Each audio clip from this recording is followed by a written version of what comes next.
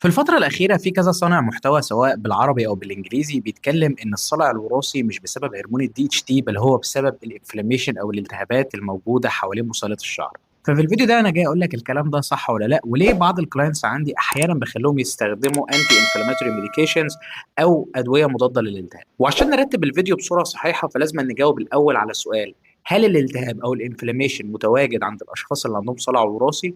متواجد، ولكن بيكون منخفض او بيسموه بالانجليزي لو جريد بيري فوليكولر، يعني حوالين بصيلة الشعر، ولكن هو سكندري مش برايمري، يعني هو بيكون ثانوي او كنتيجة لعمل هرمون الدي اتش تي وحساسية بصيلة الشعر. فالبيانات التشريحية او الهيستولوجي بتبين ان بيكون في ليمفوسيتك مايكرو انفلاميشن متواجد حوالين البصيلة للاشخاص اللي عندهم صلع وراثي. وبرضه في بعض الاحيان بيكون في ترسيب لحاجة اسمها الاي جي ام انتي بوديز، فبرضه في دور مناعي في مرض زي الصلع الوراثي. وفي بعض الدراسات بينت ان في بعض المسارات المناعيه بتكون مرتبطه بحدوث الصلع الوراثي، ولكن يظل المحفز الرئيسي لحدوث الصلع هو الاندروجين سيجنالينج، وخاصه حساسيه بصيله الشعر لهرمون الدي اتش تي، والاضطراب اللي هو بيعمله في مسار زي الوينت، وزياده حاجه اسمها الترانسفورمينج جروس فاكتور بيتا اللي بتخلي شعرك ينتقل لمرحله الكاتيجين بدل ما يخش في مرحله الاناجين ويقضي الفتره الطبيعيه بتاعته. فبالبلدي كده عشان ما حدش يضحك عليك، الصلع الوراثي المحفز الرئيسي ليه هو هرمون الدي اتش تي وحساسيه بصيلك للهرمون ده. واحد من الداون ستريم افكت او التاثيرات الناتجه للتفاعل ده مع مستقبل الاندروجين ان بيكون في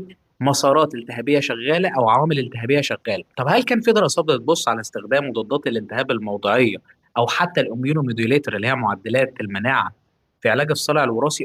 في بعض الدراسات، ولكن عليها تعليق كبير جدا. بعض الدراسات اللي بتلاحظ اللي هي السمول اوبزرفيشنال ستاديز بتبين ان استخدام توبيكال سترويد مع انتي بايوتيك او مضاد حيوي حسنت النتائج لبعض الاشخاص اللي عندهم صلع وراثي، وكانوا بالمناسبه كانوا ستات. ففي الدراسه دي خدوا نوتة كده صغيره ان بعض الناس اللي عندهم صلع وراثي سواء رجاله او ستات ممكن يستفيدوا من ان هم يستخدموا مضادات للالتهاب في الروتين بتاعهم. ولكن الدراسه دي ما هياش ار سي تي، يعني ما هياش دراسه كبيره.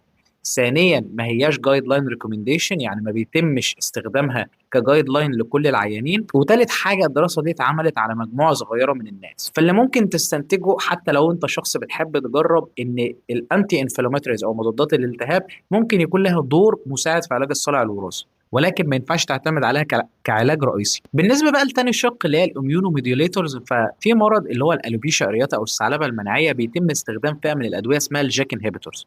الجاك انهبيتورز ليهم فعاليه كبيره جدا، ولكن ليهم بعض المخاوف والاعراض الجانبيه، فبيتوخى الحذر عند استخدامهم للناس اللي عندهم ثعلبه مناعيه.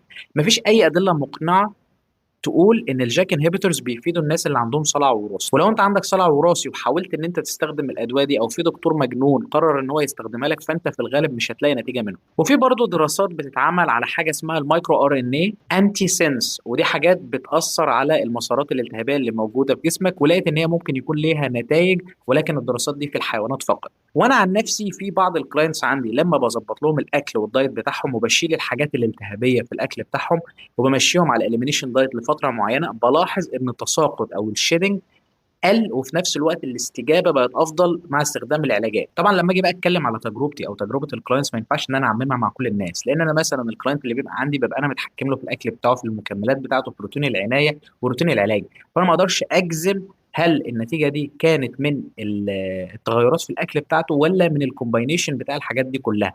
ولكن انا ممكن اقول كتجربتي الشخصيه ان انا في المجال ده بقالي كتير، ان الاكل مثلا او ان انت تشيل الاكل الالتهابي او اللي بيسبب لك التهابات ده بيساعد في علاج الصلع الوراثي. النصابين بقى بيقوموا عاملين لك ايه؟ بيقول لك يا باشا ان الالتهاب بيؤدي الى تساقط الشعر، فانت لو انت منعت الالتهاب ده فانت هتزود نمو الشعر.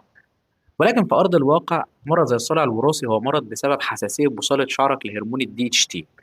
اي حاجه بتنتج هي نتيجه لهرمون الدي اتش تي وتفاعله مع مستقبل الاندروجين، وحدوث سلسله من الاحداث البيولوجيه اللي معروفه باسم عمليه تصغير البصيله.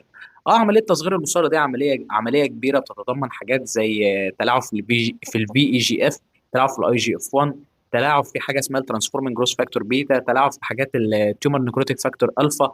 كل الحاجات دي هي داون ستريم افكت او نتيجه لتاثير هرمون الدي اتش تي على بصيله الشعر. ولكن من الغباء ومش من المنطق ان انت تحاول ان انت تقول لي انا هحاول ان انا استهدف كل داون ستريم افكت ده بدل ما اواجه هرمون الدي اتش تي. يعني المنطق والادله العلميه والامان كله بيقول لك ان انت توقف عمل هرمون الدي اتش تي، ده الاساس بتاعك لعلاج الصلع الوراثي، بدل ما تقعد تلخبط وتحاول ان انت تلعب في كل الانفلاماتوري بروسيس او في كل عمليه تصغير البصيله، لان الموضوع شبه مستحيل. ولكن لو انت شخص عندك صلع وراثي وفي نفس الوقت عندك مشاكل التهابيه، او مثلا ممكن يكون عندك ثعلبه مناعيه، او عندك التهاب جلد دهني، او قشره مزمنه، او عندك مثلا مشكله في بكتيريا اللي موجوده في فروه الراس، او عندك مشكله اكزيما او صدفيه، ففي الحاله دي استخدام الانتي انفلاماتوري او الاميونوموديوليتورز ممكن يكون له دور في الخطه العلاجيه بتاعتك. ولكن لو انت شخص عندك صلع وراثي ما تمشيش ورا الكلام ده وتروح ترمي العلاجات الاساسيه وتروح تعمل نفسك فار تجارب، لان انت مش هتستفيد حاجه لما تعمل حاجه زي دي. وبس كده، اتمنى الفيديو يكون عجبك. لو عندك استفسار سيبه تحت في الكومنتات، ولو حابب استشاره او متابعه الكترونيه فهتلاقي اللينك في الديسكريبشن. وبس كده، واشوفكم في الفيديوهات الجايه.